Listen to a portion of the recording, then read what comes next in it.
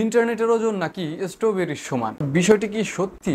আমরা প্রতিদিন শত শত ইমেইল করি, ইউটিউব ভিডিও দেখি, ছবি শেয়ার করি, এগুলো ঠিক কতটা ভারী? আজকে আপনাদের সাথে শেয়ার করব যে ইন্টারনেটের ওজন আসলেই কি স্ট্রবেরির সমান।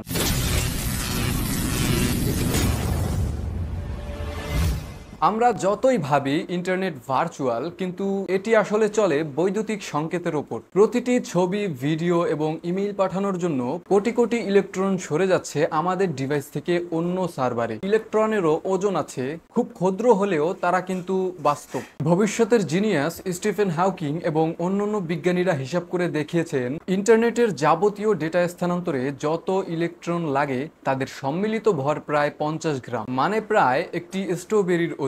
তাহলে বলা যায় আপনার দেখা প্রতিটি ভিডিও, প্রতিটি গুগল সার্চ এবং ইমেইল পাঠানো সবই সেই একটি স্ট্রবেরির ক্ষুদ্র অংশ। প্রফেসর জন ডক্টর কবিয়তো উইচ তিনি বলেন তথ্যেরও ভর আছে, কারণ ইলেকট্রন ট্র্যাপিং হয় ট্রানজিস্টরে। উদাহরণ হিসেবে তিনি বলেন একটি ইবুক ডিভাইসে একটি বই লোড করলে তার ভর সামান্য বাড়ে, কারণ কিছু ইলেকট্রন অবস্থান পরিবর্তন করে। তাই ইন্টারনেট ব্যবহার করার সময় শুধু খেয়াল রাখুন কি দেখছেন তা নয়, চিন্তা করুন আপনি পৃথিবীর একটি অদৃশ্য ভার বাড়িয়ে চলেছে। এই তথ্য শুধু অবাকই করে না, এটা বোঝায় তথ্য যদিও আমাদের চোখে অদৃশ্য, তবুও তার একটি প্রভাব এবং তার একটি অস্তিত্ব আছে। আপনি যখন তথ্য শেয়ার করেন তখন আপনি আসলে ভরহীন কিছু নয়, বরং শূন্যতার মধ্যেও পদার্থ ছড়াচ্ছেন। তথ্য এখন শুধু জ্ঞান নয়, একটি শক্তি, একটি ভর, একটি বাস্তবতা। এটাই হলো আধুনিক প্রযুক্তির সেরা সৌন্দর্য, অদৃশ্য কিন্তু বাস্তব, হালকা কিন্তু বিশাল। ভিডিওটি ভালো লাগলে আপনার বন্ধুদের সাথে শেয়ার করুন এবং কমেন্টে জানান যে